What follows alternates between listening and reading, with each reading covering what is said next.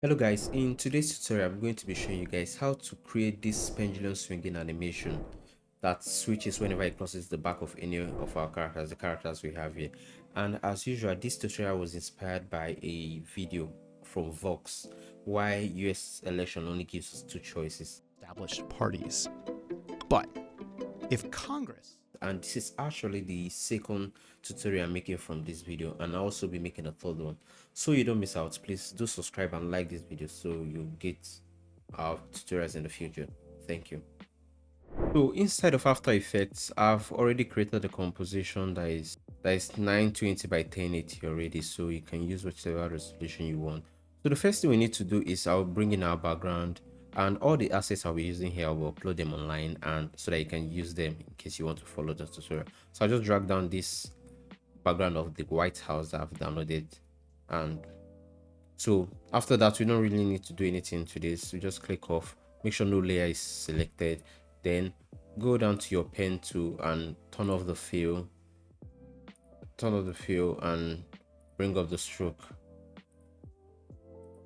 and make sure your stroke is 4 pixels and it's black. You can use whatever color you want. And I'm just going to bring in our grid here so that we can have a kind of ruler, just so that our line is not bent. So I'll click the first line I'm going to create is going to be outside of our frame here, just maybe outside a bit here. Then the second one will be just above this window here, and we have our straight line. Now you can turn off your grid, and seems like it's not straight, but we'll work with that. So after that, the next thing you need to do is go down to your anchor tool here, or pan behind tool, and we'll drag this anchor point right down to the top of our line here, above the frame. Once you've done that, click off. Then the next thing we need to do is draw the circle we'll be using. So this circle, just go down to your rectangle tool and select the ellipse tool. Then while press down on shift and drag a circle, I need to make sure it's the fill is turned on and turn off the stroke. Then hold down shift, then draw your circle so we have a perfect round circle like this. I'm just going to increase the size a bit here, then bring up your position parameter and connect it to, just align it with your line. So I'm just going to rename this quickly. This will be maybe our string, or we'll call it rope. Then this will be our ball. So after that, what you need to do is parent your ball to your rope like this. Then after that, click on the rope and bring up the rotation parameter. So this is just going to be a 3 seconds animation. So I'm just going to click here and hold on the 3 seconds. Then I'm going to click N to mark that as the end of our timeline. That's when you play it, it only goes from 0 to 3 seconds here. The next thing you need to do is click on your keyframe icon here. Then I'll make this, let's say 40, the rotation 40 degrees. I think this is okay. Then go down to the center of the timeline. Maybe I'll just pick 1 second and 12 frames, and I'll make this minus 40 so it goes to the other end like this. Then again, I'll go down to 3 seconds, then take it back to 40 now. So now when you play back, see that it's rotating, but it's a bit mechanical. So to solve this, I'm just going to highlight all 3 keyframes, then press F9 to make it easy ease. Then another thing you need to do again is I'll go down in the 3 seconds mark, I'll go 1 frame backwards by pressing Control and your left key, your back key, or I don't know, left key, to go 1 frame backwards, and I'll press N, so that will be the end of our timeline. And we are doing this because this last keyframe here is the same thing as the first one here. So that's so that that animation doesn't repeat itself. We need to go back 1 frame. There's another video that explains this in detail, so I'm not going to go into details about it. So also select the 3 keyframes here, click on include in this property, include this property in the graph editor. Then we'll go to the editor here, then select this. Then I'm just going to bring this closer here. Maybe I'll make both of them close to 50. You bring them to as close to 50 as you can. Mustn't be 50 exactly, depending on the animation you want to do. So like that. So this is okay.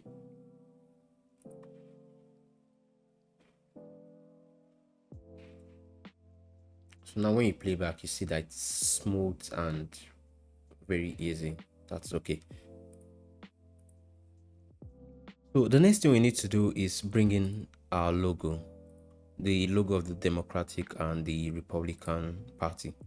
I'm just going to highlight both of them and put them on top. So before that, also I'm going to duplicate the ball, then put one in between this. I'm just going to turn one of the logo off, then resize this to fit our ball. So I'm just going to click S and resize this here, and just zoom in a bit to do that.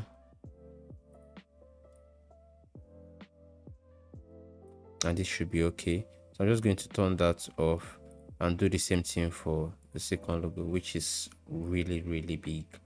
And and also make sure your ball is in the middle, like the animation stops in the middle.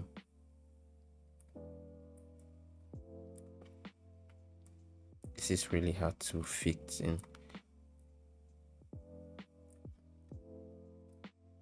I think I'm okay with this. Well, I'll just make this 13. Yeah, so I'm okay with this. So I'm just going to parent each of the logos to their respective balls. So I'm just going to parent this Democrat to the first ball here, then this to this one here. And now you see this one is a bit bigger. It's fine. You can readjust it in your own animation. Now you see that our logo is following our animation like that. So what you're going to do next is, sorry, let me just increase this Democrat. I don't like the looks. Just make this 20. That's nice. So I'm just going to, once you've done that, I'm just going to bring in our characters here, these 2 debaters, our presidential candidates here. Just going to zoom this to about 2. I think this is okay. Make it 224. Bring down the position.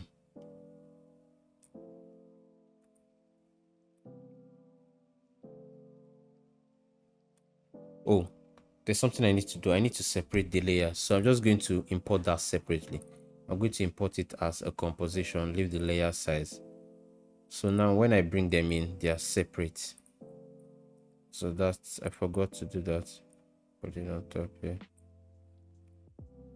So you can animate them separately.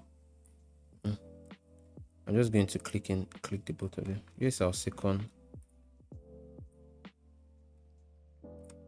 Come up, click the both of them and scale them together. I'll put them at 240 something.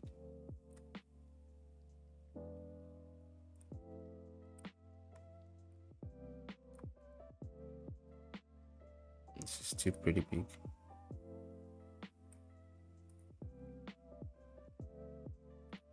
I think this is okay. So I'm just going to click on this one here. I want to swap it or transform it so that it faces the other side. I'm just going to do this like this here.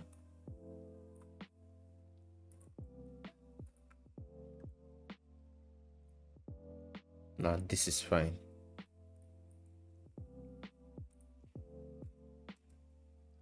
And also our logo passes behind them.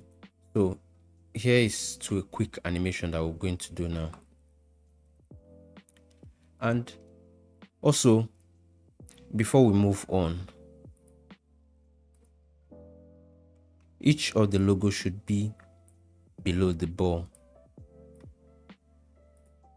and I'll make the logo the alpha matte of the top layer like this. You get this? So now we're going to create a quick animation. So I'm just going to disable this first. Then let me expand my timeline here. So I'll come right down to where the ball goes behind the characters. And I will move one of the characters.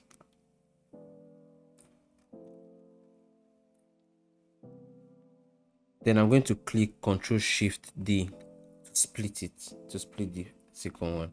I'm going to actually bring this one here now. Then down in the ball section, Republican logo, I'm going to press T on my keyboard to bring in the opacity. Then click on the keyframe here to create a keyframe icon. Then go one frame forward, then bring down the opacity. Then also go up here to our second logo here.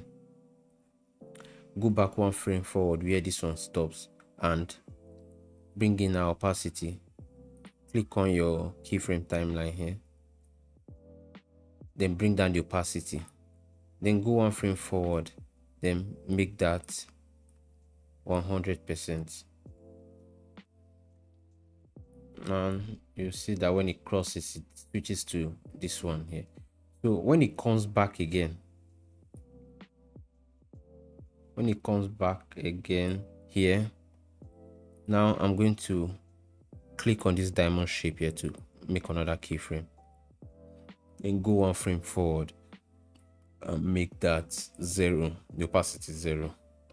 Then come down to the second ball here, go back one frame forward, click here to create a keyframe, then go forward, then bring this up here. And now when you click here, now you see that our animation, oh sorry, one last thing, we need to also, when it switches, where it switches, I'm going to click Ctrl Shift D to split that. Once you split that, duplicate this one here, bring it up, then move it to the other side.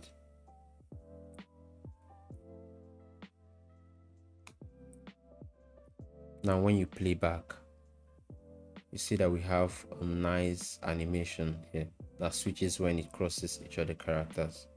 So you can, depending on your project, you can fine-tune this and really work with this. You can really take advantage of this technique here to do so many other things. So as always, if you enjoyed this video, please like and subscribe, and if you have any question, please don't hesitate to ask me any question in the comment section, or you can also reach me out in my Discord or on Twitter. I have both links in the description below. So thank you, and I'll be uploading another tutorial maybe by Monday or tomorrow, so stay tuned. Thank you.